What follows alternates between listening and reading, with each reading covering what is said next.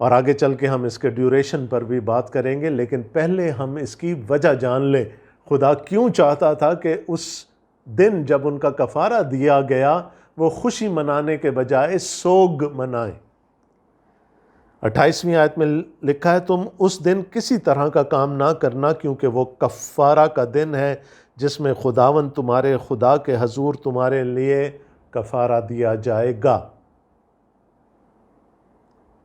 خدا کہہ رہا ہے کہ اس دن تمہارے لیے کفارہ دیا جائے گا، سردار کاہن وہ کفارہ دے گا، اس کفارے کے بدولت میں تمہارے گناہوں کو معاف کر دوں گا، لیکن کم از کم تمہیں اپنے گناہوں پر پشیمانی تو ہونی چاہیے، اور اس پشیمانی کے اظہار کے لیے، اس ندامت کے اظہار کے لیے تم اپنی جانوں کو دکھ دینا، تم اس دن ماتم کرنا، تم اس دن خاکساری کرنا، تم اپنے سروں میں راکھ ڈالنا، رونا گریہ کرنا، اس لیے کہ مجھے یہ اندازہ ہو جائے کہ تم اپنے گناہوں پر نادم ہو۔ روزہ بے مقصد نہیں ہو سکتا۔ جو روزہ شریعت کے مطابق، بنی اسرائیل کو شریعت کے مطابق جس روزے کا پابند کیا گیا، اس کا مقصد یہ تھا کہ لوگ اپنے گناہوں پر نادم ہوں، ان کی معافی مانگیں اور پھر اس کا اظہار کریں، اور پھر اس کفارے کے بدولت جو دیا جائے گا خدا ان کے گناہ معاف کرے گا۔ جو شخص اس دن اپنی جان کو دکھ نہ دے وہ اپنے لوگوں میں سے کاٹ ڈالا جائے۔ تو ہم یہ کہہ سکتے ہیں کہ یہ روزہ فرض تھا۔ اس دن ماتم کرنا، بھوکے رہنا، خاکساری کرنا یہ فرض تھا، کیونکہ لکھا ہے کہ جو ایسا نہیں کرے گا وہ اپنے لوگوں میں سے کاٹ ڈالا جائے، پھر وہ بنی اسرائیل کہلانے کا حقدار نہیں ہوگا۔ جو شخص اس دن کسی طرح کا کام کرے اسے میں اس کے لوگوں میں سے فنا کر دوں۔ تم کسی طرح کا کام مت کرنا، تمہاری سب سکونت گاؤں میں پشت در پشت سدا یہی آئین رہے، یہ تمہارے لیے خاص آرام کا سبت ہو، اس میں تم اپنی جانوں کو دکھ دینا، تم اس مہینے کی 9ویں تاریخ کی شام سے دوسری شام تک سبت منانا۔ یہودی دن سن ڈاؤن پہ شروع ہوتا تھا، غروب آفتاب پر سے یہودی دن شروع ہوتا تھا۔ یہودی کیلنڈر کے مطابق تاریخ بدل جایا کرتی تھی، جیسے آج کل اسلامی کیلنڈر میں بھی یہی ہوتا ہے۔ اور کہا گیا کہ ایک شام سے، ایک غروب آفتاب سے لے کر دوسری غروب آفتاب تک ان کو اسی حالت میں رہنا تھا۔ کفارہ تو اگلے دن صبح ادا کیا جائے گا، لیکن ان کی شرمساری، ان کی ندامت اس وقت سے ظاہر شروع ہو جانی چاہیے۔ خدا کی طرف سے جو پہلا روزہ اور واحد روزہ کلام مقدس میں فرض کیا گیا وہ یوم کفارہ پر ہوتا تھا، تیسری مہینے کے 10ویں دن ہوتا تھا، ایک شام سے لے کر دوسری شام تک، یعنی 24 گھنٹے کے لیے وہ روزہ ہوتا تھا۔ اور پرانے عہد میں روزے اور ماتم کا چولی دامن کا ساتھ ہے۔ پرانے عہد کے مطابق آپ ماتم کیے بغیر روزہ نہیں رکھ سکتے تھے، اور روزے کا ایک اور چیز کے ساتھ بہت گہرا تعلق ہے جو آگے بھی چل کر ہمیں نظر آئے گا، اور وہ ہے توبہ، کہ ہمیں اپنے گناہوں پر ندامت شو کرنی ہے اور ہمیں اپنے گناہوں سے توبہ کرنی ہے، تب خدا اس قربانی کے وسیلے سے ہمارے گناہ معاف کر دے گا۔ تو یہ تو پہلا ذکر ہے کلام مقدس میں روزے کے متعلق۔ روزے سے متعلق ایک اور ذکر ہمیں آستر کی کتاب میں خداوند کے پاک کلام میں نظر آتا ہے، اور ہم دیکھتے ہیں کہ آستر ملکہ کے زمانے میں حامان جو کہ بادشاہ کا وزیر تھا، وہ اپنی اس چال میں کامیاب ہو گیا کہ یہودیوں کی نسل کشی کر دی جائے، اور انہوں نے ہر صوبے میں، سلطنت کے تمام صوبوں میں ایک شاہی فرمان لکھ کر بھجوا دیا کہ 12ویں مہینے میں کی پہلی تاریخ کو جتنے بھی یہودی ہوں، چاہے بڑے چاہے بوڑھے چاہے بچے، ان سب کو، جنس کی بھی کوئی قید نہیں، مرد عورت، سب کو اس ایک دن میں تہہ تیغ کر دیا جائے۔ اب یہودیوں کے لیے یہ بڑی تشویشناک خبر تھی، موت ان کے سروں پر منڈلا رہی تھی۔ آستر یہودی ہوتے ہوئے ملکہ تھی۔ جب پہلی دفعہ مردکی نے، اس کے چچا نے یہ پیغام اس کو بھجوایا کہ تو بادشاہ سے درخواست کر کے وہ اپنا حکم واپس لے لے، تو اس نے پس و پیش کی۔ اس کے بعد ہم چوتھے باب کی 15ویں آیت میں پڑھتے ہیں کہ مردکی نے دوبارہ اس کو ایک پیغام بھجوایا، اور اس پیغام کے جواب میں آستر نے جو کچھ کہا وہ 15ویں آیت میں ہم دیکھتے ہیں، چوتھے باب کی 15ویں آیت میں۔ تب آستر نے ان کو مردکی کے پاس یہ جواب لے جانے کا حکم دیا کہ جا اور سوسن میں جتنے یہودی موجود ہیں ان کو اکٹھا کر، اور تم میرے لیے روزہ رکھو، اور 3 روز تک دن اور رات نہ کچھ کھاؤ نہ پیو۔ میں بھی اور میری سہیلیاں اسی طرح سے روزہ رکھیں گی، اور ایسے ہی میں بادشاہ کے حضور جاؤں گی جو آئین کے خلاف ہے، اور اگر میں ہلاک ہوئی تو ہلاک ہوئی۔ آستر کو یہ بہت بھاری ذمہ داری دے دی گئی تھی کہ اس نے بادشاہ کے فرمان کو نگیٹ کرنا ہے، یعنی اس کے مخالف ایک فرمان جاری کروانا ہے جس میں یہودیوں کی جان بخشی ہو سکے اور ان کی نسل کشی نہ ہو۔ آستر کو جو طریقہ سمجھ آیا کہ بات تو اسی نے کرنی تھی، لیکن اس کو قوت چاہیے تھی، اور اس نے درخواست کی کہ اس کے لیے 3 دن سب یہودی مل کر 3 دن کا روزہ رکھیں، جس میں وہ نہ کچھ کھائیں نہ کچھ پئیں، اور اس بات کے لیے دعا کریں کہ آستر اپنے مقصد میں کامیاب ہو جائے۔ اور پھر ایسا ہی ہوا، اور ہم جانتے ہیں کہ آستر اپنے مقصد میں کامیاب ہوئی اور یہودیوں کی نسل کشی روک دی گئی۔ اب یہاں ہمیں کیا نظر آتا ہے؟ ایک قومی المیہ ہے، ایک سچویشن ایسی بن گئی ہے، ایک ڈیزاسٹر ہے جو اس قوم پر ہونے والا ہے، اور اس میں سے نکلنے کے لیے یہ وسیلہ نکالا گیا کہ روزہ رکھا جائے، دعا کی جائے، اور پھر آستر جا کر کوشش کی کرے۔ اور یہاں پر جو روزہ ہے وہ ہمیں 3 دن کا نظر آتا ہے۔ اور جب میں روزے کی بات کرتا ہوں تو پھر وہی بات ہے، خاکساری ہوگی، خاک پر بیٹھا جائے گا، ٹاٹ اوڑا جائے گا، سر میں راکھ ڈالی جائے گی، ماتم کیا جائے گا، اپنے گناہوں کی معافی مانگی جائے گی۔ اور جب بھی ہم دیکھتے ہیں کلام مقدس میں کہ جب کبھی بھی یہودی قوم پر کوئی بڑی مصیبت آنے والی تھی یا آئی تو انہوں نے ایسا ہی کیا، وہ خداوند کے حضور جھک گئے، انہوں نے روزہ رکھا، خاکساری کی، توبہ کی اور دعا کی، اور بہت سارے انسٹنسز میں ہم دیکھتے ہیں کہ خدا نے وہ مصیبت ان پر سے اٹھا لی۔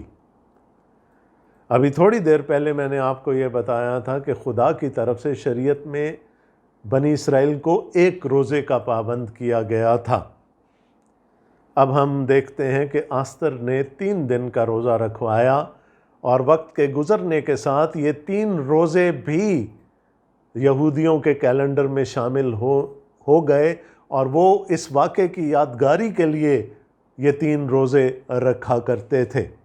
اسی طرح اور بھی مقامات پر جب ان کی تاریخ میں ایسا کوئی وقت آیا کہ انہوں نے روزے رکھے تو اس کی یادگاری بعد میں منانی شروع کر دی، اور یوں ان کے کیلنڈر میں روزوں کی تعداد بڑھتی چلی گئی۔ اس کے بعد ایک ہمیں اور بڑا خوبصورت بیان ملتا ہے، اور وہ داؤد کا روزہ ہے۔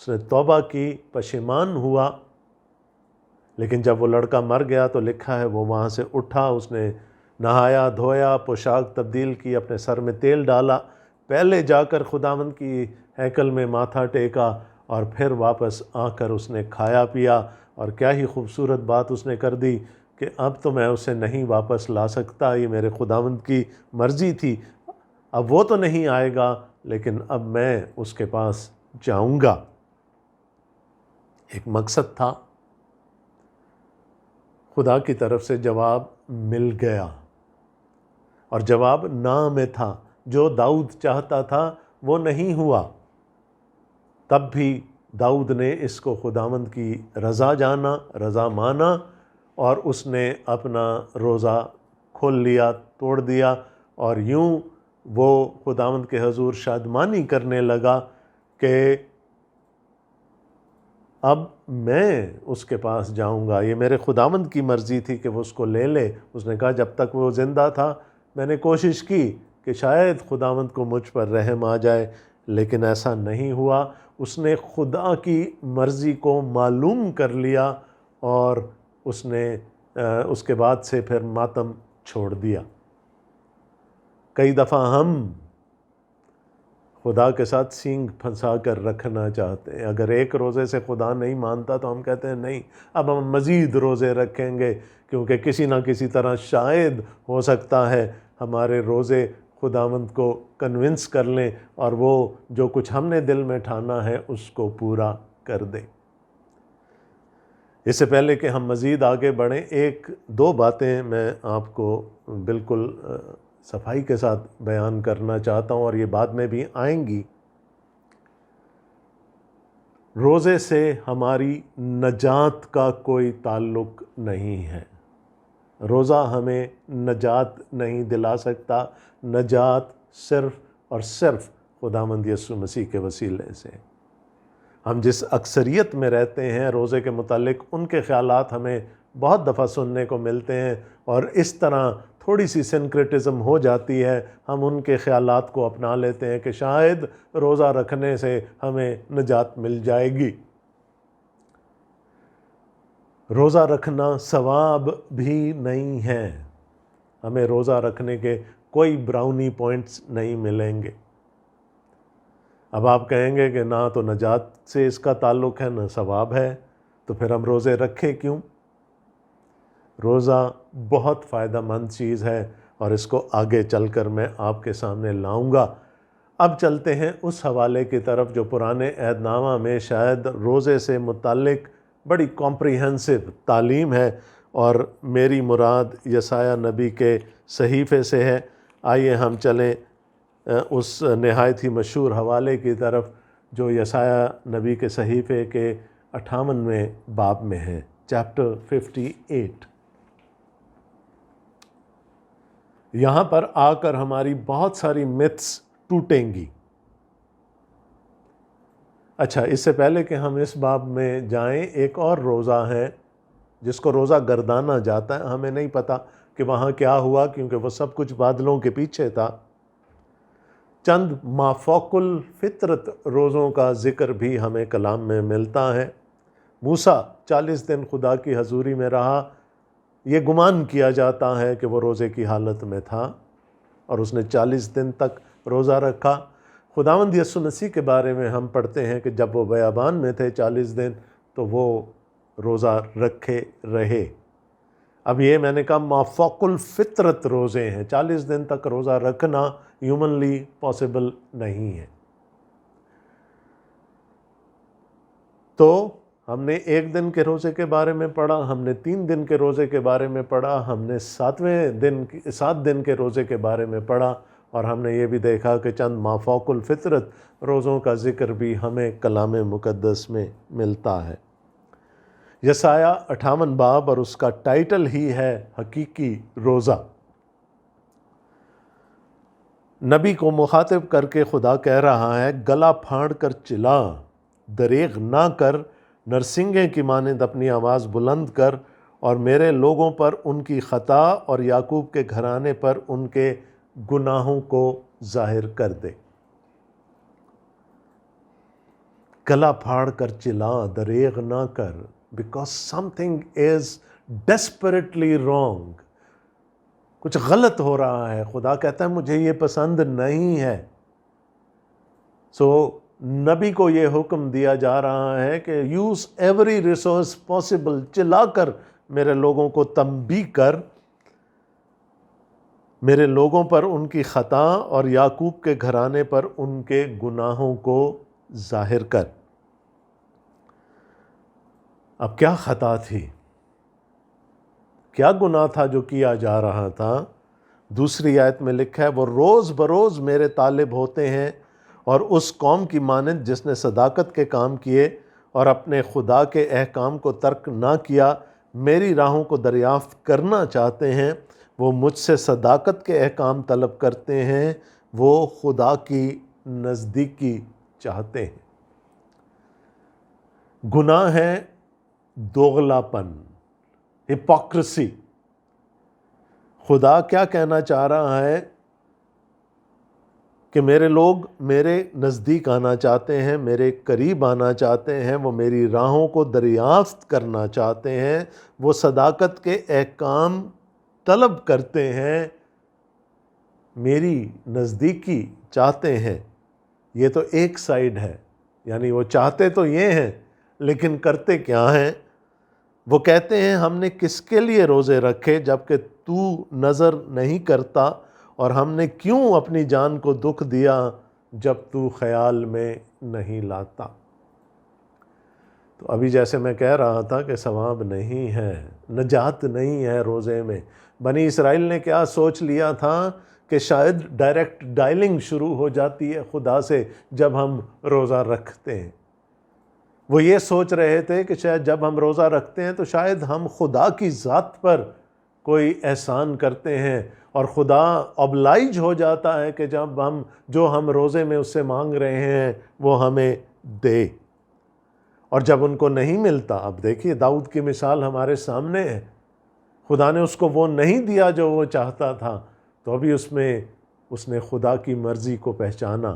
یہاں پر لوگ کیا کر رہے ہیں کہ وہ کہتے ہیں کہ ہم نے روزے رکھے، کسی خاص مقصد کے تحت روزے رکھے، لیکن خدا نے ہماری نہیں سنی. ہم خدا کے نزدیک آنا چاہتے تھے، ہم اس کے قریب آنا چاہتے تھے، اس نے ہمیں اپنے قریب نہیں آنے دیا. یہاں جو آئیڈیا مل رہا ہے وہ یہ ہے کہ یو کین ٹوسٹ گاڈز آرم روزے رکھ کر. آپ خدا کو مجبور کر سکتے ہیں، oblige کر سکتے ہیں روزے رکھ کر کہ وہ آپ کی دل کی تمنائیں پوری کر دے. کیا کہتا ہے خدا آگے؟ دیکھو تم اپنے روزہ کے دن میں اپنی خوشی کے طالب رہتے ہو اور سب طرح کی سخت محنت لوگوں سے کراتے ہو. دیکھو تم اس مقصد سے روزہ رکھتے ہو کہ جھگڑا رگڑا کرو اور شرارت کے مکے مارو، پس اب تم اس طرح کا روزہ نہیں رکھتے ہو کہ تمہاری آواز عالم بالا پر سنی جائے. کیا یہ وہ روزہ ہے جو مجھ کو پسند ہے؟ ایسا دن کہ اس میں آدمی اپنی جان کو دکھ دے اور اپنے سر کو جھاؤ کی طرح جھکائے اور اپنے نیچے ٹاٹ اور راکھ بچھائے. کیا تو اس کو روزہ اور ایسا دن کہے گا جو خداوند کا مقبول ہو؟ دیکھیں ابھی تک جو ہم نے بات کی کہ روزہ ماتم کا نشان تھا، روزہ توبہ کا نشان تھا. خدا کہتا ہے کہ تم ریچول تو پورا کر رہے ہو، تم ٹاٹ بھی اوڑھ رہے ہو، تم زمین پر بیٹھ کے خاک ساری بھی کر رہے ہو، تم اپنے سر میں راکھ بھی ڈال رہے ہو، لیکن وہ توبہ کدھر ہے جو میں سننا چاہتا ہوں؟ وہ ندامت کدھر ہے جو میں دیکھنا چاہتا ہوں؟ یعنی یہ ہاف کوکڈ ہاف بیکڈ قسم کا روزہ ہے جو بنی اسرائیل رکھ رہے تھے، اور وہ یہ سمجھ رہے تھے کہ وہ خدا کی ذات پر کوئی احسان کر رہے ہیں. وہ کیا کہتا ہے خدا ان سے؟ تم اپنے روزہ کے دن میں اپنی خوشی کے طالب ہوتے ہو، تمہیں اس سے کوئی کنسرن نہیں ہے کہ مجھے کیا چاہیے، اور سب طرح کی سخت محنت لوگوں سے کراتے ہو. اور جب بھی میں یہ حوالہ پڑھتا ہوں مجھے اپنے آج کل کے ارد گرد کے حالات نظر آتے ہیں. خداوند یسوع مسیح سے بھی 700 سال پہلے یہ نبوت ہوئی تھی، 2700 سال کہہ لیجئے۔ اور آج اگر ہم گھر سے باہر نکل کر دیکھیں روزے کے ایام میں تو یہی سب کچھ ہمیں نظر آتا ہے۔ محنت دوسروں سے کروانی ہے، جھگڑے کرنے ہیں، غصے میں آ جانا ہے، ٹیمپر لوز کر دینا ہے، اور یہی سب کچھ ہمیں نظر آتا ہے۔ ہمیں فاسٹنگ کہیں نہیں نظر آتی، فیسٹنگ ہر طرف دیکھی جا سکتی ہے۔ تو خدا کہہ رہا ہے کہ this is not the fast that I want, یہ وہ روزہ نہیں ہے جو میں نے رکھنے کو کہا تھا، جس میں ندامت نہیں ہے، جس میں پشیمانی نہیں ہے، جس میں توبہ نہیں ہے۔ صرف ریچول پورا کر دینے سے میں خوش نہیں ہو سکتا۔ وہ صاف کہتا ہے خدا، کیا یہ وہ روزہ ہے جو مجھے پسند ہے؟ ایسا دن کہ اس میں آدمی اپنی جان کو دکھ دے اور اپنے سر کو جھاؤ کی طرح جھکائے اور اپنے نیچے ٹاٹ اور راکھ بچھائے۔ کیا تو اس کو روزہ اور ایسا دن کہے گا جو خداوند کا مقبول ہو؟ The ritual is there, the spirit is missing۔ اور میں نے پہلے کہہ دیا تھا کہ بے مقصد روزے رکھنا خداوند کو بھی پسند نہیں ہے۔ ابھی تک ہم نے جتنی مثالیں دیکھیں ان سب میں ہمیں روزہ رکھنے کا کوئی نہ کوئی مقصد ضرور نظر آیا۔ پھر خدا بتاتا ہے کہ روزہ ہے کیا، اصل روزہ ہے کیا۔ کیا وہ روزہ جو میں چاہتا ہوں یہ نہیں کہ ظلم کی زنجیریں توڑیں اور جوئے کے بندھن کھولیں اور مظلوموں کو آزاد کریں، بلکہ ہر ایک کے جوئے کو توڑ ڈالیں۔ کیا یہ نہیں کہ تو اپنی روٹی بھوکوں کو کھلائے اور مسکینوں کو جو آوارہ ہیں اپنے گھر میں لائے، اور جب کسی کو ننگا دیکھے تو اس سے پہنائے، اور تو اپنے ہم جنس سے روپوشی نہ کرے۔ بڑی خوبصورت بات ہے اگر آپ اس کو فیل کر سکیں۔ خدا کہتا ہے روزے کی ڈائریکشن یہ نہیں ہے، روزے کی ڈائریکشن یہ ہے سمت۔ You have to go out to your brethren, اور خاص کر آج کے ان دنوں میں، ان حالات میں ہمیں باہر جانا ہے، ہمیں لوگوں کی داد رسی کرنی ہے۔ یہ ہمارے لیے روزہ گردانا جائے گا، خدا اس سے خوش ہوتا ہے۔ یہ وہ روزہ ہے جو کہ خدا کے نزدیک مقبول ہے کہ ظلم کی زنجیریں توڑی جائیں، جوئے کے بندھن کھولے جائیں، مظلوموں کو آزاد کیا جائے، بلکہ ہر ایک جوئے کو توڑ ڈالا جائے۔ کیا یہ نہیں کہ تو اپنی روٹی بھوکوں کو کھلائے اور مسکینوں کو جو آوارہ ہیں اپنے گھر میں لائے، اور جب کسی کو ننگا دیکھے تو اس سے پہنائے، اور تو اپنے ہم جنس سے روپوشی نہ کرے۔ بہت عرصہ پہلے میری ملاقات ہوئی یونائٹڈ بائبل سوسائٹیز کے جو جنرل سیکرٹری تھے، ایگزیکٹو سیکرٹری تھے، اور ان کی اہلیہ سے۔ یہ بہت سال پہلے کا واقعہ ہے، مجھے اب ان کا نام بھی بھول گیا ہے۔ دونوں بزرگ تھے، پاکستان آئے ہوئے تھے، تو ہماری ملاقات ہوئی، کھانا کھایا ہم نے اکٹھے۔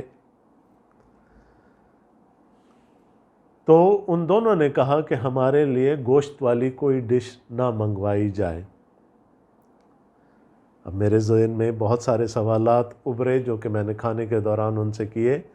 میں نے کہا کیا آپ ویجیٹیرینز ہیں؟ انہوں نے کہا جی ہم ویجیٹیرینز ہیں، لیکن ہمیں کوئی بیماری نہیں ہے، لیکن ہم گوشت صرف اس نیت سے نہیں کھاتے کہ شاید وہ گوشت جو ہم نہیں کھائیں گے کسی ایسے شخص تک پہنچ جائے جس کو اس کی ہم سے زیادہ ضرورت ہے۔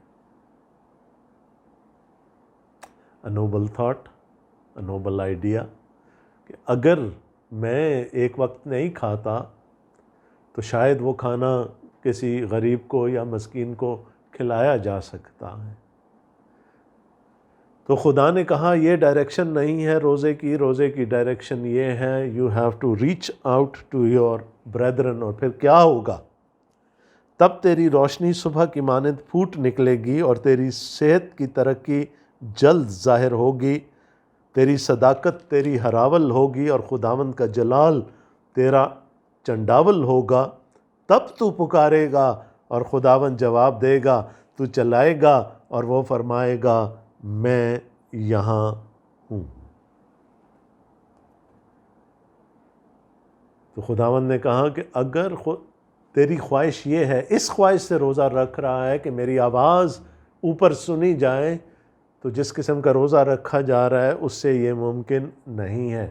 لیکن اگر تو ریچ آؤٹ کرے گا باہر، اپنے بھائیوں میں، مسکینوں میں، یتیموں میں، مسافروں تک ریچ آؤٹ کرے گا، تو پھر تیری آواز یقیناً اوپر سنی جائے گی۔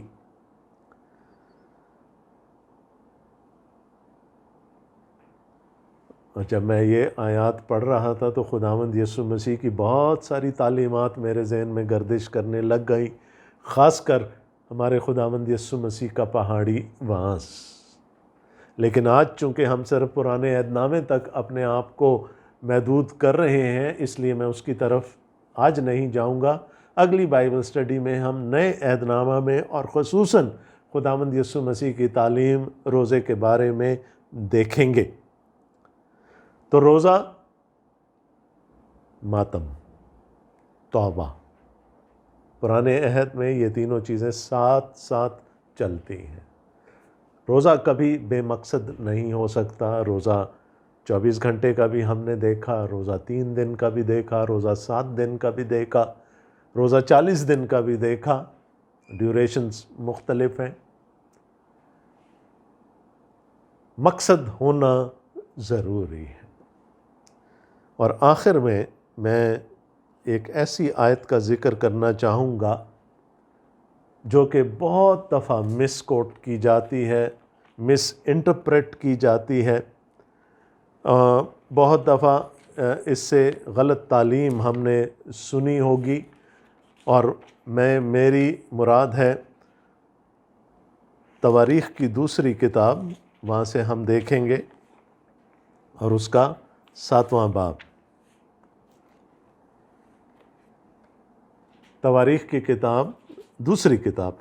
دوسری کتاب اور اس کا 7واں باب، اور اس کی 14ویں آیت ہے، جو کہ آج کل بہت جسے کہ پریچ کیا جاتا ہے، جس پر بہت تلقین کی جاتی ہے، اور جیسا کہ میں نے پہلے کہا کہ یہ مسکوٹ کی جاتی ہے۔ واقعہ ہے ہیکل کی مخصوصیت کا۔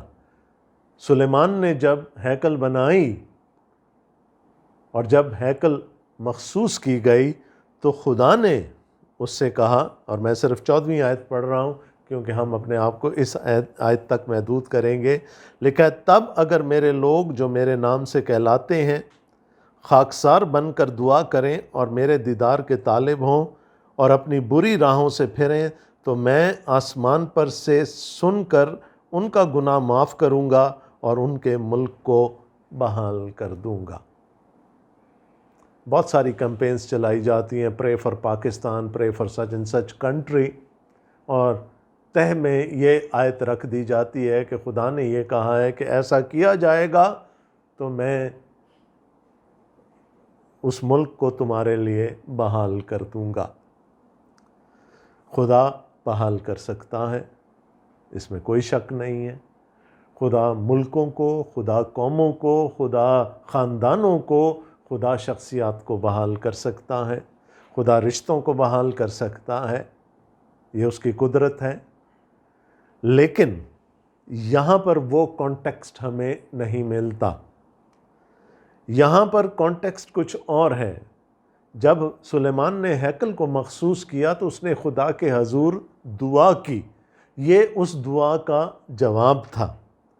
اور اس دعا میں ایک بہت خوبصورت بات ہے، 6واں باب ہے دوسری تواریخ کا، اس کی 24ویں آیت، اور اگر تیری قوم اسرائیل تیرا گناہ کرنے کے باعث اپنے دشمنوں سے شکست کھائے اور پھر تیری طرف رجوع لائے اور تیرے نام کا اقرار کر کے اس گھر میں تیرے حضور دعا اور مناجات کرے، تو آسمان پر سے سن کر اپنی قوم اسرائیل کے گناہ کو بخش دینا اور ان کو اس ملک میں جو تو نے ان کو اور ان کے باپ دادا کو دیا پھر لے آنا۔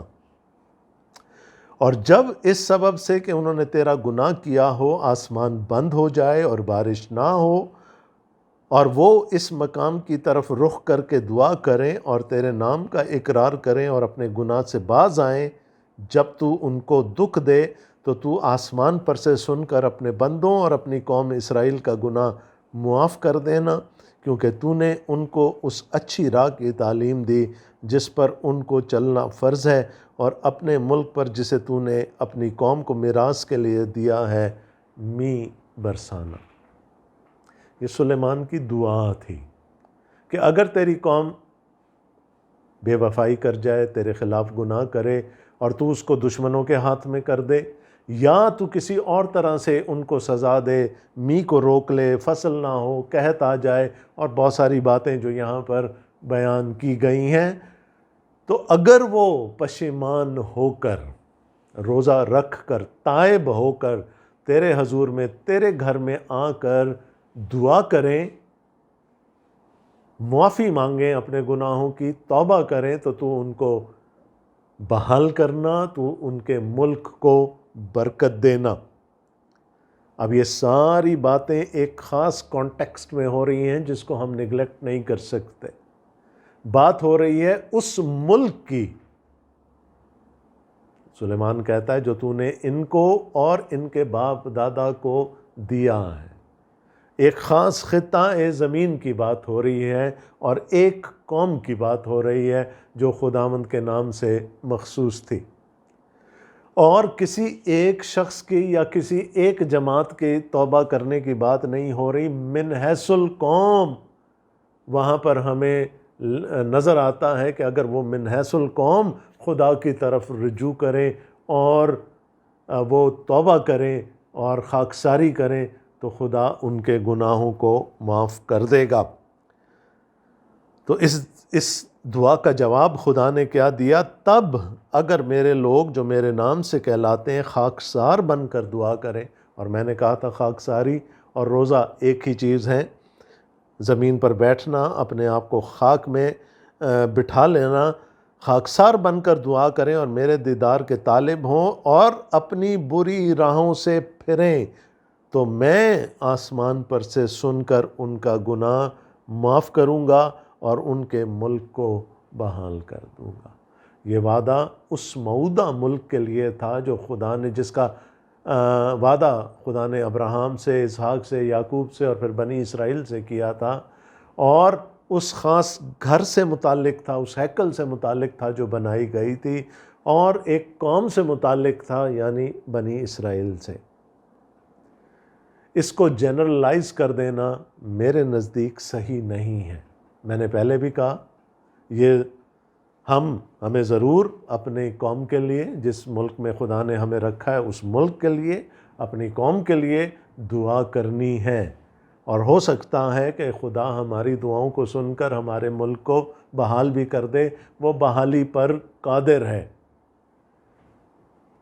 لیکن جب تک اگر ہم اس آیت کو پورا کرنا چاہیں گے تو پھر ہمیں پوری قوم کو ایک جگہ اکٹھا ہونا ہے، پوری قوم کو خاکساری کرنی ہے، پوری قوم کو روزہ رکھنا ہے، اور پوری قوم کو ماتم کر کے خدا کے حضور توبہ گزرانی ہوگی۔ فارمولہ کیا دیا جاتا ہے؟ دعا کر لیں، روزہ رکھ لیں، سب کچھ ہو جائے گا، لیکن جو روزے کے لوازمات ہیں ان کو کون پورا کرے گا؟ خدا اگر ناراض ہوتا ہے تو وہ کسی خاص وجہ سے ہوتا ہے، اور وہ وجہ مور دین آفن گناہ ہوتی ہے، بنی نوع انسان کا گناہ ہوتی ہے۔ تو جب تک توبہ نہیں کی جائے گی اور سب مل کر اس میں شامل نہیں ہوں گے تو پھر بحالی کے چانسز بہت کم ہیں۔ روزہ اور دعا کوئی آزمودہ فارمولہ نہیں ہے کہ ایسا ہو جائے گا۔ ہمیں اس کے لوازمات کو دیکھنا ہوگا، اس مقصد کو دیکھنا ہوگا جو ہمارے پیش نظر ہے۔ میں پھر کہہ رہا ہوں، اس کا یہ مطلب نہیں کہ ہمیں اپنے ملک کے لیے، اپنی قوم کے لیے دعا نہیں کرنی چاہیے، ہمیں ضرور کرنی چاہیے، لیکن اس کے لیے اور دوسرے بہت سارے حوالے ہمیں ملتے ہیں۔ ہمیں اپنے گناہوں پر پشیمان بھی ہونا چاہیے، ہمیں خدا کے حضور توبہ بھی کر لینی چاہیے، اور ہمیں اپنے ملک کے لیے، اپنی قوم کے لیے جہاں پر خدا نے ہمیں رکھا ہے، بحالی اور برکت بھی مانگتے رہنا چاہیے۔ لیکن آؤٹ آف کانٹیکسٹ جا کر ہم باتوں کو اس چیز کو پروو کرنے کے لیے استعمال نہ کریں تو بہتر ہوگا۔ تو روزہ بہت کچھ کر سکتا ہے، نجات نہیں دے سکتا، ثواب کا کام نہیں ہے۔ روزہ صوم ہے، جانوں کو دکھ دینا ہے، خاکساری ہے، توبہ گاری ہے، اور روزہ بے مقصد نہیں ہونا چاہیے۔ اسی بات پر میں اپنی آج کی اسٹڈی کو ختم کرنا چاہوں گا۔ اگلی دفعہ جب ہم ملیں گے تو ہم نئے عہد نامہ سے روزہ کے بارے میں تعلیم کو جاننے کی کوشش کریں گے۔ تب تک کے لیے خداوند آپ سب کو بڑی برکت دے۔ آمین۔